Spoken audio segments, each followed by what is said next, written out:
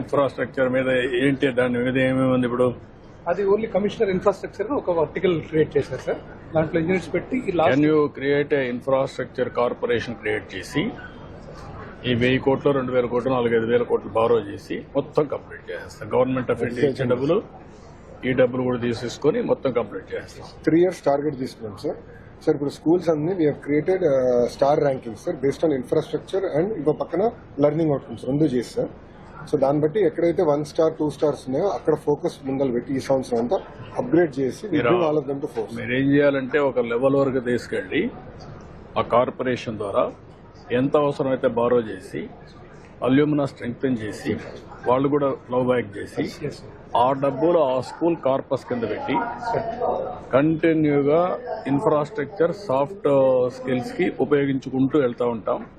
Every school will have A corpus. Star ranking చేశాం కదా sir. Package of works కూడా మేము ఫైనల్ చేస్తే అది అల్యూమినా కూడా ఓపెన్ చేస్తాం. ఎవరైనా దాతలు చాలా మంది ఉన్నారు సార్. అల్యూమినా కంపల్సరీ పెట్టాలి. అదే సార్.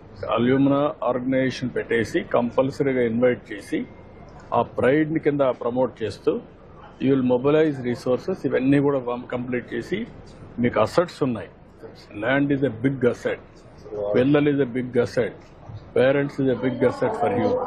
ఆ మోటివేషన్ పోయింది over a period of time. వీళ్ళందరినీ మనం ఒక స్ట్రక్చర్ కింద తీసుకొస్తే ఇప్పుడు 2,000 కోట్లు అవుతుంది. Start the work, create a corporation. Government ఇస్తాం, లేకుంటే బారో చేద్దాం, పెట్టేద్దాం. Then it will have a అవన్నీ తీసుకొస్తాం. అవి 2 తీసుకొచ్చి దానికి వైబిలిటీ గ్యాప్ దీంట్లో కూడా ఇస్తాం. మీరు 4-5 ఏళ్ళు మొత్తం world class infrastructure and teachers పిల్లల్ని కూడా పర్ఫెక్ట్ గా తీసుకొస్తాం. లెర్నింగ్ అవుట్కమ్స్ దాని మీద మీరు కన్సల్టేట్ చెప్తాను. ఒక మీటింగ్ తీసుకోండి, నేను ఏమి వాళ్ళు ఇచ్చేస్తాం. మీరు దాన్ని లాజికల్ గా తీసుకెళ్ళి